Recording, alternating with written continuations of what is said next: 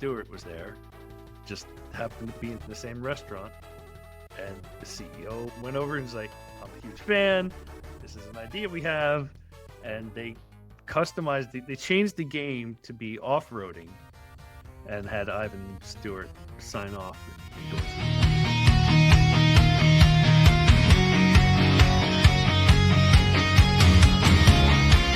Hello, motorsports fans. Welcome back to Fast Cars Go Vroom. My name is Clint. And I'm Rob. And this is episode 9 of the podcast, where our goal is to bring some education to the table, talk about some things that you might not have heard before, talk about some things that are interesting, some things that are a little bit crazy. This is a place where we learn some things, you learn some things, and we just have a little fun and hang out and talk about motorsports, whether it's boat racing, go-kart racing, lawnmower racing, truck racing, F1, NASCAR. We don't know. We don't know where it's going to go. If you're watching on YouTube here, you can probably see our background and have an idea where this might be going today. Give us a like, follow, subscribe here on YouTube to Fast Cars Go Vroom so that you know when the next podcast is dropping and you can see the latest content. Also, we're official because we have a new TikTok. You can follow us on the TikTok now at Fast Cars. We got the social medias. Yeah, we're starting to branch out and get some new stuff going on here. So thanks to all of you who have jumped on and are giving us the likes there and the follows. We appreciate the support you bring to Fast Cars Go Vroom podcast. So today we're gonna dive into some fun stuff. We haven't talked a whole lot about trucks, but Rob, I know you got some exciting research you've done over the last week or so. I do. But it kind of went off topic because I was initially going to do what's behind you, super trucks. Okay. Those things are really, really badass. However, when I started researching the super truck series and what it used to be and who was involved, all of a sudden a core memory unlocked. This guy behind me, Ivan Iron Man Stewart, had a video game called Super Off-Road.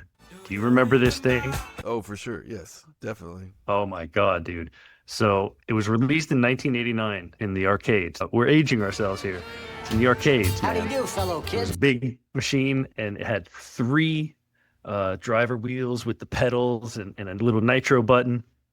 It released on all the consoles, NES, Super NES, all that stuff. But the arcade was the best. You could have 3 of your friends dumping quarters into this thing, right? And you're racing against Ivan Iron Man Stewart. And you're on the short course off-road circuit. So it was all condensed in this tiny little loop. And you just bounced everywhere. And as I'm looking at the game and my childhood is coming back to life, I was like, who the hell is Ivan Iron Man Stewart? Who are you?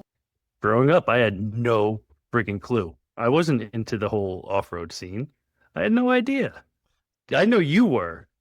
Yeah, I mean, on TV. So the marketing strategy of the video game didn't work on you. That's Nope. as far as it went, was the video game. Oh, yeah. I was all in for the video game. Top-down game was one of the first times you could, like, upgrade your truck as you were going along and get better and drive even faster or have better turns. Any arcade that had that, and anytime I passed one, it was like, oh, I have quarters. Let's go. It was awesome. Yeah, the only reason I started following trucks at a young age was because it was on TV. Probably early ESPN. I think they covered some truck racing back then. But yeah, the video game was big, and then I remember having it on my home console too. Some version of it. I mean, there was multiple versions. I've spent a lot of hours playing that video game at the skating rink, at the roller rink, when I was. So you did know who Ivan Stewart was. Yeah, for sure. You knew who he was. So like I said, I had no idea. So I figured, you know what? Let's see who makes a fast car go vroom, and we'll start with this guy. I figured, why not? Let's do it. So he was born June 4th, 1945. He's still alive, and what does that make him, 81 now? Almost 81 now? He's probably happy to hear that he's still alive. He is. Okay, he's still kicking. So he is still going. He was born June 4th, 1945. He was born in Oklahoma, but he grew up and lived in Southern California, in San Diego. From an early age, he was already into racing. He did go-kart racing on the streets in San Diego. Apparently, in high school, he was big in his auto shop classes and metalwork classes. After high school, he was an iron worker with Atlas Fence Company. But then in 1973 is when his life changed. He was 28 years old at the time, and he was scheduled to drive a Class 2 dune buggy in the Encinita 300. And it was going to be him and his co-driver, Bill Hrinko, a buddy of his. But a couple days before this race, Bill fell off a ladder, broke his leg, and wasn't able to compete. So Ivan decides, you know what? Screw it. I'm driving solo. And at the time, it was very, very rare to have a solo driver. There was usually twos. He's like, I'm going to do this. I drive solo. And not only does he drive solo, but he wins it, not just his class, but overall. Okay. But he won the whole thing overall solo when he was prepping to be with a partner just days earlier. That's absolutely out of this world. So obviously he's in the right sport, you know? Yeah, so he's like, I got it. I got this. Yeah, I get that. It's cool. Poor Bill, like he's a footnote in this man's career now. That sucks. After the Encinita, it just started snowballing. In the early 70s, he drove dune buggies, Class 1 and Class 2. I had to look this up. So Class 1 is the premier unlimited engine, open wheel class. You can have custom chassis and larger engines. Class 2 is more restricted. It's closer to, not really a spec series, but everything is more confined by the rules. But Class 1 is the top tier. So for the first few years, he was in Class 2, but then he went to Class 1. He did the Baja 150, the Baja 300, the Baja 500. I mean, the list, when we get to his accomplishments, I can't list them all. I'm just going to have to tell you numbers because there's that many. But he wins all these races. It's not that he enters, he wins these races. Okay, so he starts in 1973. Poor Bill, he's sidelined. Ivan takes over. 3 years later, this is where it really explodes for Ivan. In 1976, he competes in the Baja 1000 for the first time. He's in a Funko buggy, which is a Class 1 buggy, and he won it. He won $500. He won the very first Valvoline Ironman Award, and that's where the name came in. Because when you're the Ironman, you're driving solo, and that's all he does. He drives solo. 3 years later, he won the first Bilstein Madonna Man of the Year award. And the Madonna Award is given to, quote, an individual who wins a championship in a major American racing series, displays sportsmanship and positive character traits on and off the track, and possesses an intense desire to win while overcoming adversities. An intense desire to win. Did the Baja 1000 solo? Yeah. Right. So yeah, I mean that's pretty clear. That works. That's pretty clear. That does it right there. Yeah, I think so. It's amazing. I mean, 1,000 miles of just off-road racing, bouncing around. It's just you, no co-driver. Yeah, Ironman fits. By the way, $500 in the mid-70s today is about $3,500. So that's what they were paying. That's a couple of tires now, probably. Yeah. All right. So mid-70s, he gets the award. Late 70s, he now goes into trucks, Class 7 and Class 8. So Class 7, they're mid-sized trucks, SUVs. Think like Toyota Tundras, stuff like the smaller, compact type trucks. Class 8 is more full-size, think like Dodge Rams, F-150s. Here's the cool part. The chassis must retain a production-appearing body. So they still look like an F-150, but with these big sand tires going across the dunes. So they cut the fender wells way back. And so that's closer to what the super trucks are running behind you. Going into the 80s, he starts working with Toyota. In 83, he joined PPI, Precision Preparation Incorporated. And for the next 12 years, from 83 until 95-ish, he took Toyota to the top of the food chain in off-roading. Because at that time, he started doing the MTEG stuff, the Mickey Thompson Entertainment Group. And that is something we're going to have to talk about, because this is where we start getting closer to my game. This is where it starts happening. So, Mickey Thompson, also another big name within off-roading, he said, let me make sure I say his quote right. He started his short off-road circuits because when he was doing the Baja, all he saw was nothing but cactus and jackrabbits. And so he decided the best way to bring more excitement to this is to confine it, put it into a circuit so you have more eyes watching the whole entire race as it happens. So in a confined space, right? Yeah, the first event was held in the Los Angeles Coliseum. So that's the way to do it. This is where the TV tracks or the TV contracts really started coming in. And yes, sir. Yeah, I remember that specifically because they went out of the Coliseum at one point, did something in the parking lot and came back down. They had that ramp that came down the hill. Yeah. But unfortunately, the MTEG went bankrupt in 96. But in 2013, Robbie Gordon decided we're going to reboot this. And he came up with the Stadium Super Trucks. And that's what you have behind you. Yes, it's a show. It's awesome. Yeah. Yes, it is. But the Super Trucks, we'll have to get to that in another episode because we're talking about Mickey Thompson Entertainment Group. And while Ivan is winning everything in the Baja and the Ensenada and all that, he's also winning with MTEG, bringing Toyota all the fame and glory. And that is when my game comes. He signs the check. And he says yes. Is it an Atari console, or Nope. do you know what company did the game? I don't know the company name, but I do know the story how this happened. So the CEO of the gaming group was a huge off-road driving racing fan, and he was having lunch, and Ivan Stewart was there, just happened to be in the same restaurant, and the CEO went over and was like, I'm a huge fan, this is an idea we have, and they they changed the game to be off-roading and had Ivan Stewart sign off and endorse it. And then that's why this is the box art behind me. That's pretty awesome. Yes.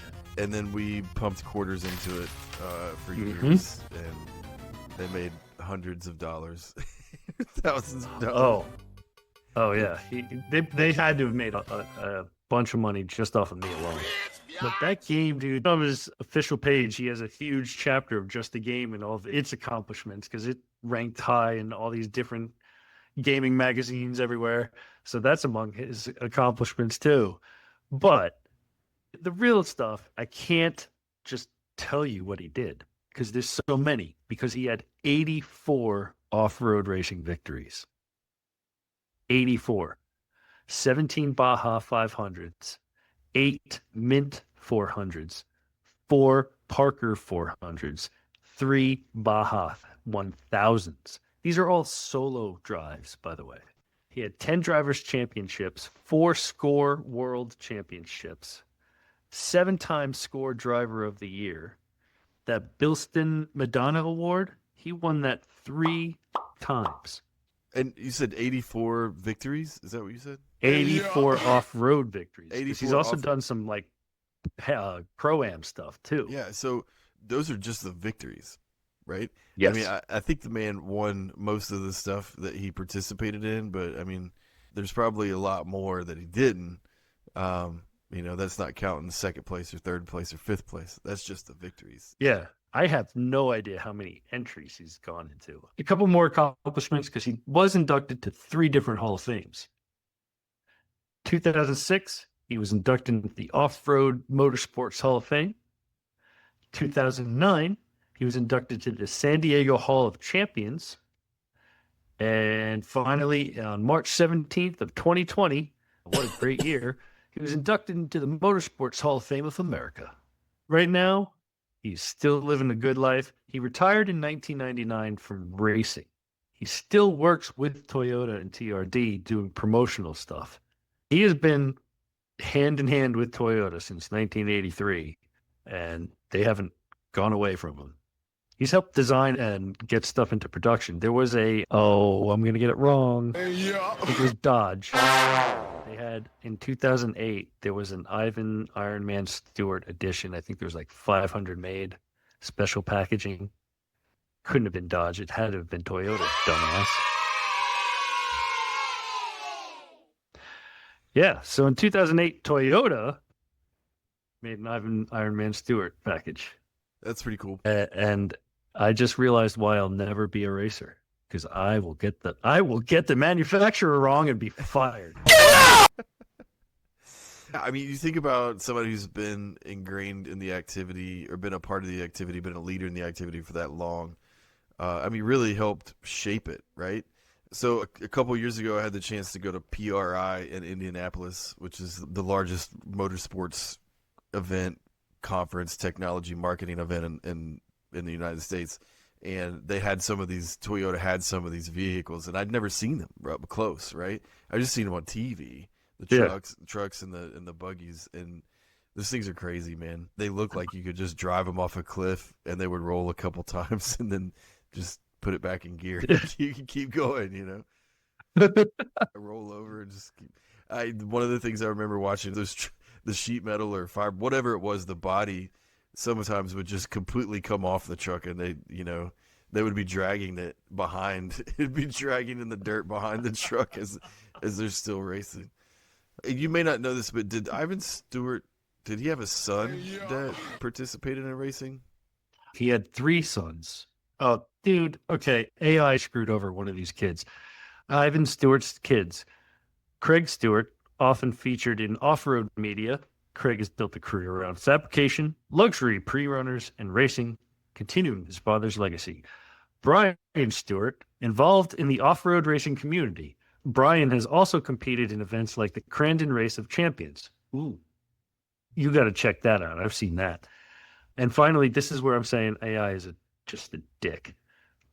Gary Stewart, identified as one of Ivan's 3 sons. Oh, sorry, Gary. No. Sorry, dude. That's Gemini. Don't blame him. The world needs more Garys. That's a recent songwriter, Steven Wilson, has a whole album called "The World Needs More." Or song has "World Needs More Garys," something like that. Steven Wilson Jr. You get there eventually. Anyway, I do have a better appreciation for Ivan Stewart, and I'm gonna have to dig out some sort of emulator to play this game again, because it's got to be on one of those classic consoles somewhere. it's got to be. We'll have to pull out a Switch and see what's in the catalog. Regret to inform you, sire. We got one of those retro, whatever they call it, the little Super Nintendo console that's got like 100 games on it. I bet it's on there. It's got to be in there. Nope. Dude. Yeah. I feel so much better when I lose to that gray truck. I'm pretty sure that gray truck was Ivan Stewart. That's right. Yeah, that was good. Oh. But we'll dive into the actual trucks at some point, because those things are awesome. The Doom buggies are really, really cool. Yeah. Yeah, there's a lot to it. Now they're doing it on asphalt, man. We got it. Yeah. Can't wait to see that stuff. Awesome. That's good stuff, man. Thanks for Yes, for the sir. research. Always, no worries. Always fun to learn, and always fun to be a little nostalgic about the video games as well. Yeah. We appreciate you guys. Thanks for coming back to Fast Cars Go Vroom here, episode 9. Come back next week for episode 10. We'll bring more information to you. We'll hang out, talk about motorsports. Have no idea what direction we're going to go next week. I would tease it, but I don't know what we're going to do yet. So there is no telling. We appreciate you guys tuning in. Check us out on TikTok.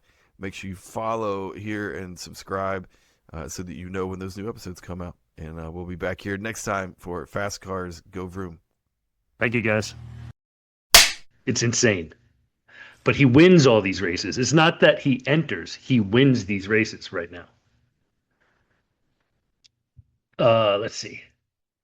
Moving my notes. Hey, pal.